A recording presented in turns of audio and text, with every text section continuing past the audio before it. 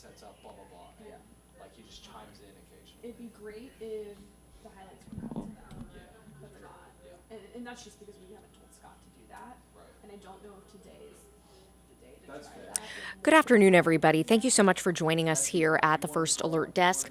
My name is Karli Barnett, and we want to give you a look at some of the stories that we are following today for your Saturday. Now, we already have our crews out and busy and covering Metro Atlanta to bring you the news tonight. A quick programming note, of course, we do have football, which means we aren't going to have our newscasts until later. So we can expect to see you all tonight at 10 on Peachtree TV and then again at 11 over on CBS.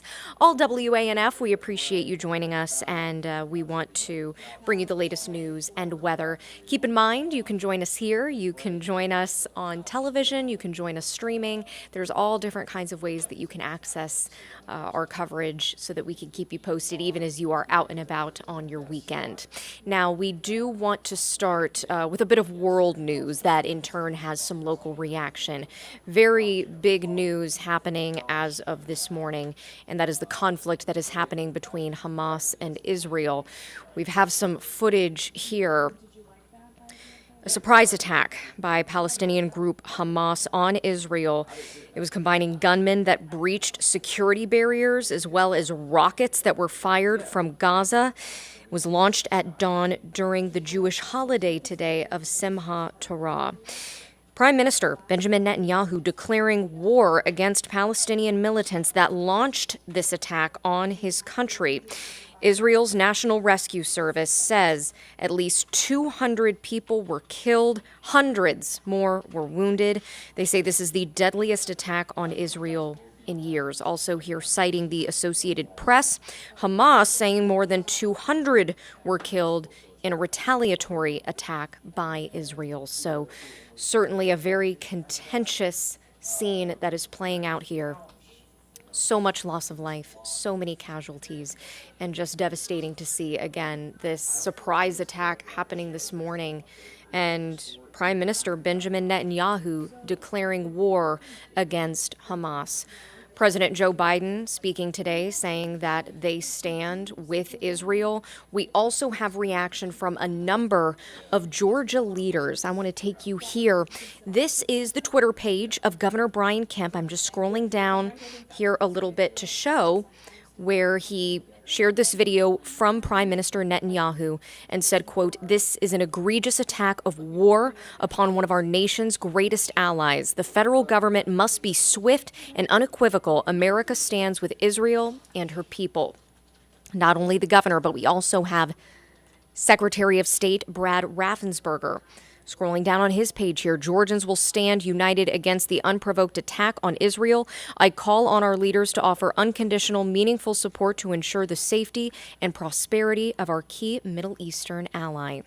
And Senator Reverend Raphael Warnock also issuing his thoughts. Let's see if we can get it pulled up here on his account. We did see that he spoke on this just a little bit earlier. Let me make sure I get to his proper Twitter account here, because all of our Georgia leaders are really speaking out against this.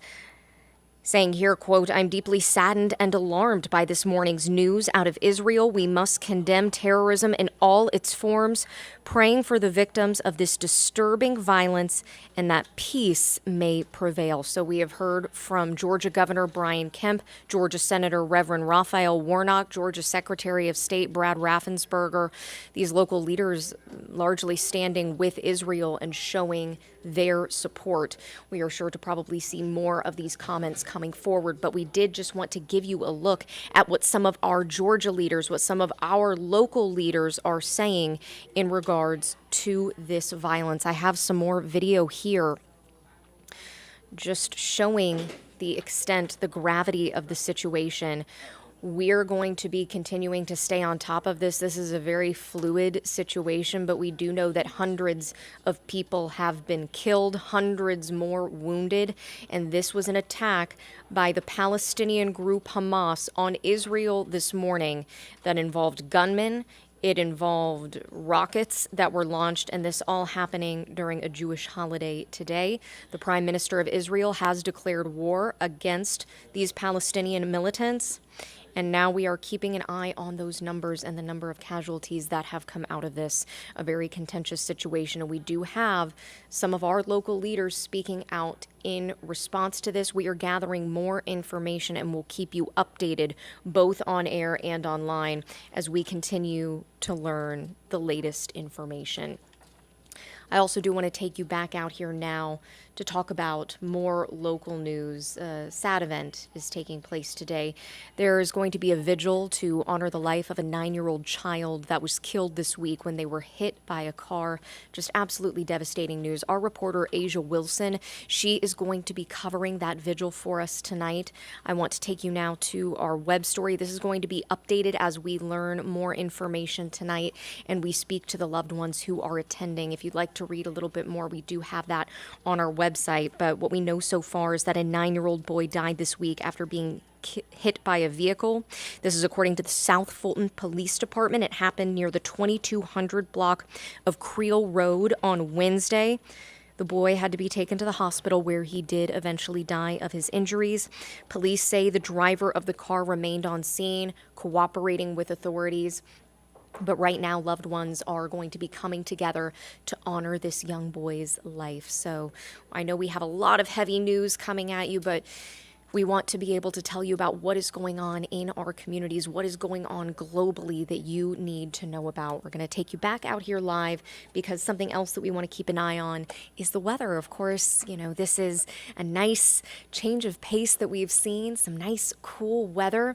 And just so happens that we have First Alert meteorologist Cutter Martin here. He's going to have a lot more about it. Cutter, I've got my sweater on. Yeah, and I was wondering, I was like, oh Yeah. man, am I overkill here? But I don't think I am. I think a turtleneck is completely appropriate, and it's Yeah. beautiful outside, but it kind of feels like fall. It's kind of nice. It does. Classic fall weather today. We have the sunshine, too. We didn't have to wait for the rain to cool us off. Even with full sun, upper 60s, lower 70s, kind of the rule out there with breezy winds.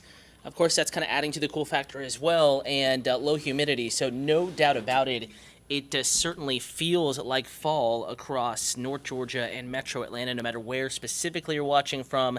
The fall condition is back in full force. Again, thank you for tuning in and for watching. I want to remind you we are streaming across a variety of platforms this afternoon. If you have any weather questions, comments, concerns, the place to be, that would be YouTube, the feed that we're watching for any questions and comments that may be coming in. We have comments from Kamar and some other folks talking about the Israeli conflict is certainly happening right now. And as Karli mentioned, we'll continue to keep you updated back home forecast-wise. Absolutely brilliant outside right now. Full sunshine, just a wispy high cloud or two. And as we look deeper into the forecast, more of the same coming up this evening. It will be on the cool, kind of chilly side once we get past sunset. So if you have any evening or after sunset plans, make sure you do grab that jacket. Certainly is going to be one of the coolest evenings we've had in a while. In fact, tonight into tomorrow morning forecast to be the coolest night since all the way back in early May. So do keep that in mind. You will need that jacket out the door tomorrow morning unless you really love the cold stuff and you want to feel the cool weather in full force tomorrow. It is going to be on the cool side. Here's that hour-by-hour forecast taking you deeper into the evening. Notice how temperatures cool rather quickly. 67 by 7 p.m., 62 by 9 p.m., 57 at 1 a.m. That's in the city of Atlanta. Urban core, downtown, midtown, down towards Hartsfield, Jackson, Atlanta International Airport. A reminder, if you live further outlying, a little bit less city, and you have less pavement, it'll cool off quicker because the warmth of the day, the lower 70s we're experiencing now, that's, of course, heating up all the pavement we have in Atlanta, and that's going to allow the temperature to just slow a little bit slower, I should say, as we get deeper into the evening. That is a classic case of the urban heat island effect, city development, all that pavement impacting local weather. And in this scenario, that means a slower cool down once we get past sunset. Tomorrow morning, though, it is going to be chilly across the board, no matter where you're watching from in the city, all the way up to the mountains, down into middle Georgia. Everyone will be on the chilly side. In fact, we do have, and I'll show you this here in a moment, a frost advisory in effect for portions of the mountains of far north and northeast Georgia. Highest of elevations could see some frost. No frost in the city. Upper 40s inside the perimeter. I think even Buckhead, Druid Hills, Vining, some of these north and northeastern side communities, even though you're inside the perimeter, I think you'll be a little bit cooler than that 49 that we're forecasting for downtown. And certainly cooler outside of I-285. Kennesaw, your low temperature tomorrow morning, 42. Ackworth in the lower 40s tomorrow morning. Sugar Hill and Beaufort in the lower 40s for a wake-up number. Douglasville, 42. 44, mid-40s. McDonough down in Conyers as well, mid-40s. Redan, 45, and South DeKalb. Getting up into the mountains, look at Blairsville, 35. Keep in mind, much higher elevation up there. It's not too unusual at all to have 30s in the month of October and have some frost, even some freeze conditions. You know, looking back through history, there have been many examples of that in October across our mountain communities. Nonetheless, cold tomorrow morning up there, chilly elsewhere. 40 flat Carrollton, 43 LaGrange, 43 Griffin, Covington as well coming in with a low temperature forecast of 43 tomorrow. Tomorrow will be another fall-like day. In fact, tomorrow afternoon likely to be a little cooler than this afternoon. Temperatures peaking in the upper 50s, lower 60s up in the mountains. Maybe more like 60, 62. Though I wouldn't be too surprised if some of the highest elevation spots were a little bit cooler. In the city, mid to upper 60s tomorrow afternoon, and it will feel a little bit cooler with a breeze and low humidity. That top number, what it feels like. The bottom number in deep blue, that is going to be the actual forecast temperature. Martin Schneider, hello to you. Thanks for the compliment. That means a lot. Thanks for tuning in and for watching. Again, we're chatting on YouTube. Atlanta News First is the account to like and to follow. If you have any weather questions, comments, concerns, don't even have to give the page a follow, though. If you do, you'll be alerted to any breaking news coverage or weather forecast updates. Basically, anytime we go live on YouTube, you will be alerted to that live stream. But if you want to ask a weather question or maybe get some clarification on the forecast tonight into tomorrow or throughout next week, any of the next 7 days, if you need clarification on that forecast, you can ask it right now. Atlanta News First is the YouTube account that we're streaming on. Also, we're live on Roku, Amazon Fire, AtlantaNewsFirst.com in the Atlanta News First app, and in the First Alert weather app. So tomorrow afternoon, hour by hour, most of it spent in the 60s. In fact, we're forecasting a high temperature tomorrow to stay a little bit cooler than 70 degrees, even in the city of Atlanta. And it'll be a little bit breezy, but probably not as breezy as it was today. And it may feel a little bit cooler because we have the breeze and we have the lack of humidity. That dry air allows for it to feel just a little bit cooler. And as we look at the extended forecast here, I'm going to pull it up for you in just a moment. We do have that first alert tomorrow morning just because it might be a little bit of a shock to the system for some, much cooler than it has been. Coolest morning we've had in months. So first alert, chilly starts Sunday, nearly as chilly Monday. That's day 2, kind of used to it by that point. Already have the jackets out, for example. And then the warming trend begins. Monday, stunning day. Temperatures in the mid to upper 70s Monday afternoon. Mountains upper 60s, lower 70s. And then mornings warm up just a bit. Nothing too warm here, but they do warm up. Morning and afternoon temperatures. Forecast does, though, get a little bit more interesting. Wednesday, Thursday, Friday. We're going to have a couple systems, front approaching, number 1, and then a couple systems kind of riding that front from southwest to northeast out ahead of it. So we could have a couple rounds of rain. Right now, Wednesday, Thursday, lower rain chances. If you have plans in middle Georgia, the Macon area, if you're headed to Albany, if you're headed to the Gulf Coast, if you're headed to Savannah, Georgia, Charleston, South Carolina, if you have Florida plans, maybe business trip next week, much greater rain chance to our south, our meaning the city of Atlanta. However, I think that rain chance will peak up, or kind of peak, area-wide, I should say, Friday as the front approaches, and then trending cooler, drier Saturday. So heading into next weekend, back half of next weekend, Pride Parade, for example, a lot of other events going on as well. Anything outside, Sunday probably the driest day, also the coolest day, breezy winds, much like today. That sort of forecast will be back as we get into next weekend. A reminder, you can look out 10 days in the First Alert weather app and at AtlantaNewsFirst.com. 10-day forecast always available in both of those spots.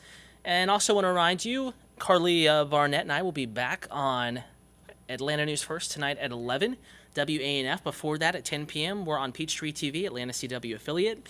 So another check of the forecast, and maybe some new data coming in by then. We'll look at what the new data suggests for overnight lows tomorrow morning, and then maybe a little bit more clarity on that late week rain chance, though there is going to remain some uncertainty, at least through Monday, Tuesday, as to the exact timing and coverage, especially Wednesday, Thursday of next week. So just kind of bookmark it, keep it in the back of your head. More clouds. Afternoons may cool back just a bit with the clouds around, and we're going to start to increase that rain chance ahead of our next front and cooler round of weather next week. Have a great rest of your afternoon and wonderful rest of your weekend.